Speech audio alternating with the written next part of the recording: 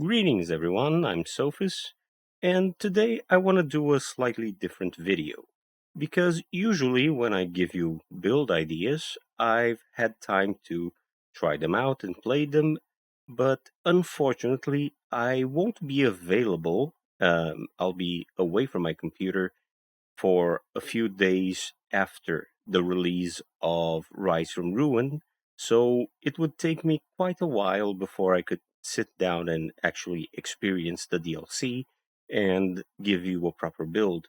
So today I want to sort of give you a theory crafted build, and I would be very happy if you all tried it out and told me how it felt in the comments. But at least in principle, it sounds very interesting, and it's probably what I would play first as soon as I get my hands into the DLC.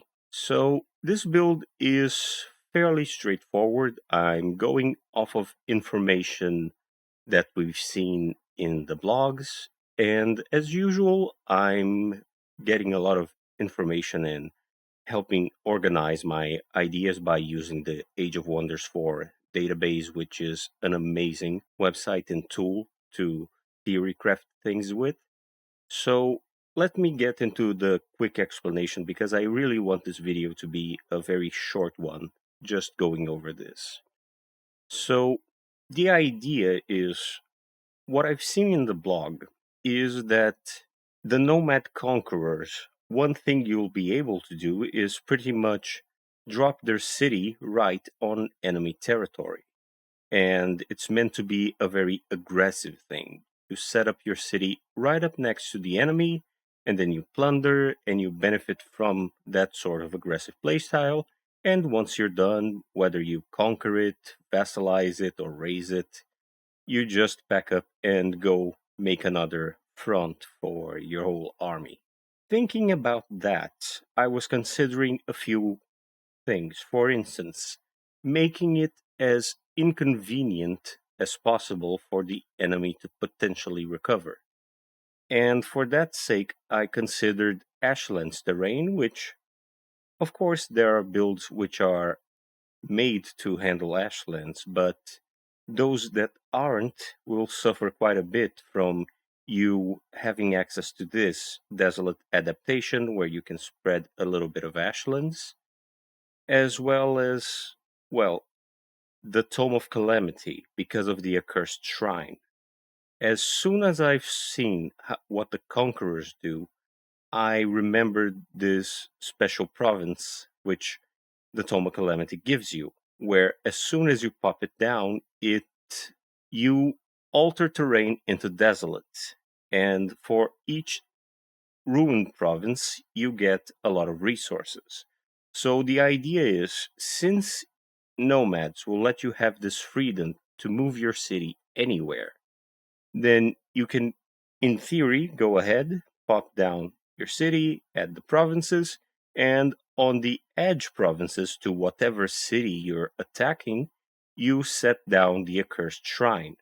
And then as you pillage and ruin, you get a lot of resources. Adding to that, I was considering a few society traits. Um, Ruthless Raiders, I think, is a must because if you are putting your city at risk and you're trying to be very aggressive, so I think it only makes sense that you get extra gold and draft as soon as you start, uh, mowing down the enemy, destroying their armies. So you get more draft, more gold. You're pretty much farming them for all they can give you. And I was considering other society traits like apex predators and such, but due to the requirement of the affinities in this Theorycraft build, I had to go with Relentless Crusaders, which thankfully, despite being an opposite sort of society trait from Ruthless Raiders, it does not conflict. You can choose both. I've tested that, and I don't think they'll change it. And since this will allow you to attack other players, I think it is a little bit of benefit because now not only are you, by destroying the enemy armies, you get golden draft, you also get a little bit of Imperium. And ironically, despite the fact that this build is very aggressive and arguably evil, you actually get grievances against other evil empires. So I think it's pretty good. You can kind of use it. I suppose it's a neutral build, but you're going to get more by attacking and besieging evil empires. As for the form traits, obviously you need Desolate Adaptation to make this Ashlands and everything. But due to how, for instance, the ranged unit, the Strider, I believe is the name, is pretty much a mounted archer, I thought it would be neat and kind of mix with the whole Nomad feel if we went for elephant mounts, but I think you could go for any mount really. And strong is, I think it's a very standard and good option. You get bonus damage on physical and ranged attacks, and single shot deals even more damage. So it's just an overall buff to your damage, and any advantage you can get, I think you should. And of course, the ruler, which kind of blends with the whole idea of making the terrain unpleasant for your enemy to recover after you attack, is, Elder Vampire, because the structure that spreads sunless terrain is a city structure and not a special province. So I assume that wherever you pop your nomad city, it will start spreading sunless terrain. So the idea is you'll have sunless, desolate terrain, basically sunless ashlands.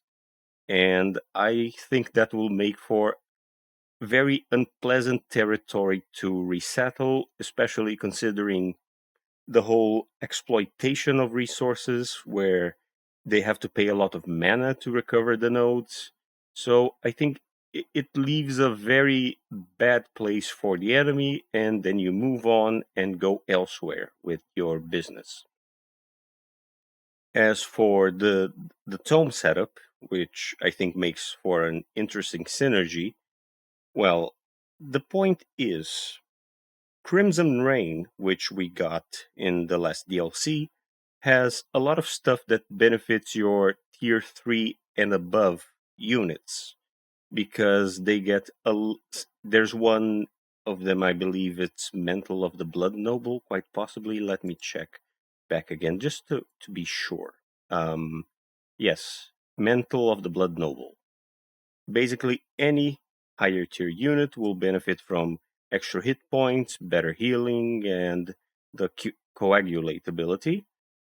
And yeah, they also it's good for buffing up your higher end stuff. At the same time, we have the new tomes, which is Warband and Warlord, which, checking here, you have a tier 2 fighter unit that seems very good, the Lieutenant or Lieutenant, I'm not sure. I've seen both pronunciations, where it has a very powerful ability, to discern weakness, and they basically strengthen the allied units as they attack. I think it's a very solid tier 2 to run with higher end troops as well. And of course, you have the Warlord, which is a very versatile tier 4 actually, who will benefit considerably from Crimson Rain. So this is basically the idea is you have these guys as your big hitters, your high level stuff, complemented by the lieutenants, and then all the buffs they give are amplified by the benefits of Crimson Rain. At the same time, there's a few other things at play, at least in theory, where adding to the Raider playstyle, the Tome of the Blood Rite has a special province improvement, which is the Blood Altar. It gives you more draft, which is always good for the sake of, getting out armies to raid the enemy and their city. And when victorious in battle, you get mana. So consider the fact that we are already getting golden draft, We're potentially, depending on the enemy, if it's another player, getting Imperium, and then you add to that mana. So you'll get a lot of income from being aggressive and attacking the enemy city and winning battles near your terrain. Then the other thing is, for instance, Tome of the Beacon, which was necessary for some later stuff, but the benefit is your lower tier units will get Mighty Meek, so it lets them deal a little more damage to higher tier stuff, so it makes it less of a burden to run around with such mixed tier units where the lower level stuff is a little weaker by giving them that. So I think it's very good.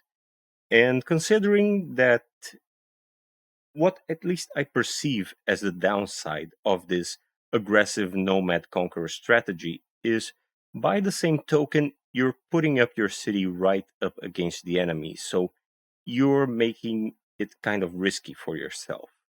And for the sake of that, I think Fey Mists is a good addition because then you start to have this slightly more defensible terrain on your territory. And then to add to that, you have Tome of Sanctuary, which is why we even necessitated Beacon and Relentless Crusaders. Because with the Tome of Sanctuary being counter raided is a lot more difficult for the enemy than it is for you. Because now they get less from raiding you, it takes longer to burn down a province, and to top that off, you have access to the healing spires, as well as a few beneficial minor transformations and spells and all that. So these three really, actually no, these two primarily are for the sake of protecting your terrain and your city from this aggressive playstyle. And then, of course, the other important thing is Crimson Rain because it buffs your tier 3 plus, and then Calamity, which just blends with everything here. Not only because, defensive benefits for your infantry, but you also get applying Ghost Fire with you will have basically elephant archers applying Ghost Fire, which I think it sounds pretty good. The Accursed Shrine, as I've said earlier, will benefit them quite a bit. And then at the end, I think Chaos Lord makes a lot of sense because on top of being able to call your leader and your leader will be a vampire, class doesn't matter, play whatever feels stronger, whatever you prefer playing. But then you'll be able, no matter which battle takes place, you'll be able to call them. And I think that's very, very, very useful, especially if your leader is all the way over at the enemy capital, besieging it, but then they have a different force that goes attacking you from the side, and you don't have as good stuff defending your territory. Then you'll have all the benefits from Sanctuary and Fey Mists, and on top of that, you'll be able to summon your leader into combat. So I think that makes a lot of sense. All in all, I believe is you'll have a lot of aggressive tools um, at hand and a little bit of extra city defense to try this out. So, in theory, this build should be very solid, very simple to navigate because most of what you're getting is for the sake of having a strong army, for the sake of getting a lot of resources from attacking enemy cities, and then you have a few things to help defend your city now that you're placing it in a sort of precarious position just to be aggressive. So, yes, I believe that's what I have for you today. Um, do tell me in the comments because really you'll get to play this a lot sooner than I will. So, do try it out. Tell me if you think it's good. I believe it will be. I'm looking forward to playing this as soon as I can. I've set aside a few videos that will release after this one. So there'll be content even though I'll be absent for a little while. And yeah, so hope you're having a good day and see you in the next one.